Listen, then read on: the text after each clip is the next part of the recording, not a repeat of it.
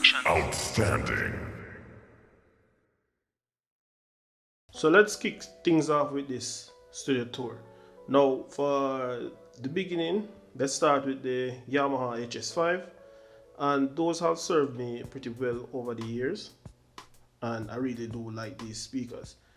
Next on this list is the KRK 10.3s, 10-inch woofer, 4-inch or 2.5 or 3.5 inch speaker there. For the mid-range and a Kevlar tweeter. Here I have a Acer Aspire 5 to be more exact, and it's a 2020 model, and I know in the future, probably a year from now, I will be changing out this laptop to a newer version, one with different connections. Here I'm using a Nectar for my keys, the Impact LX61, and I can see it's a really big keyboard, take up most of this plastic table.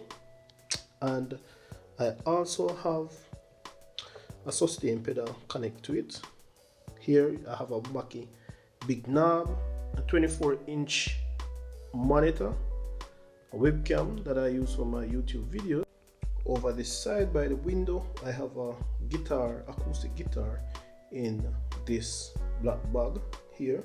Over on this side I have a bass guitar that I pulled out of the bag, learning how to do my basses so I can, try new stuff whenever I am building or doing production. For the microphone I use for my videos is the Audio Technica AT2040.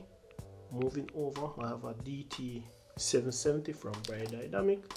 I also have another headphone from Audio Technica. I think it's the MX or the M20X headphone I use for whenever I'm tracking. In this case I have a MXL Revelation Mini, and I have a SM57 here from Shure. It's a Shure microphone. This is the interface I was using previously for. It's a PreSonus Studio 192, but I still use it up until now because whenever I'm going on the road, this is the interface that I bring with me. And in the studio I still use this Sennheiser MK4 microphone. It's pretty good microphone whenever I'm recording percussive sounds, and sometimes I use it to record vocals or to do scratch vocals. Moving on to the rack now. I have made this rack out of construction plywood, and you can see there's a sheet on it.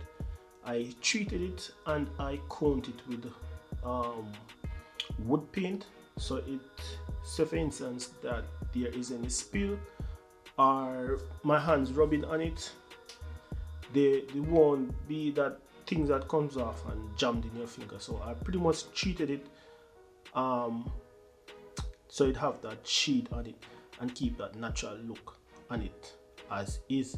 Now for I have a 8, I can't remember the manufacturer even though the logo is on it, power supply. I also have it plugged into a power conditioner at the back. So the reason why I choose this one is because I will switch on and off stuff while I'm working, and I don't need to keep everything on with the one switch that comes with a lot of more expensive power supply or conditioner. Now for here, the interface that I'm using mainly now when I'm working from home is the Focusrite 18i20, and it has a lot of ins and outs, but I haven't added any additional ins and outs via ADAT to this interface as yet because I haven't filled out all the slots. So once I filled out all the slots and build the next rack, I will buy the next piece to connect to this particular interface. I have headphone amp here, and I bought this headphone amp when I was using this particular interface because I needed more ins and outs for the interface to utilize like headphone amps whenever I'm working with artists So I would have one set plugged in and another set for me or anybody else who is in the room. I plan to in the future to get an acoustic drum set, so while tracking the drums, I can have a dedicated output for headphone while doing the drums. Next I have patch bay, and the reason why I got this patch bay is I needed to use other equipments that I'm going to buy for other purposes. Instead, first what I would do is chain them together and using that, but I wasn't getting the full use out of it, so I ended up getting a patch bay so I can have it for mixing, and I can also have my equipments for recording. So the patch bay really helps out really well. Now down here for the preamp, I have a Art TPS2 for my preamp, and I'm only using one side mostly for my YouTube videos. So all the vocals that you're hearing since February of 2023 goes through this preamp, and it's a tube preamp with many different selectors, and it's for vocals, acoustic guitar, piano, bass, etc, etc. And it is a really good sounding preamp. I really like it for the money that I paid for it, and I use it for recording too. And I haven't hooked it up to the patch bay as yet, because using a patch bay, it takes a lot of cable. So what I'm going to do is get a snake cable so I can connect this to the patch bay. But for now, I'm just running microphone into it, into my audio interface for voiceover for YouTube.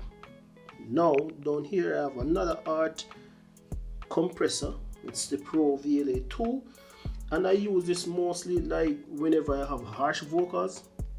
I tend to use it on harsh vocals to try to get some smooth sounds of some sort, so I could have better vocals for whenever I'm mixing if the plugins is not working out the way I like it.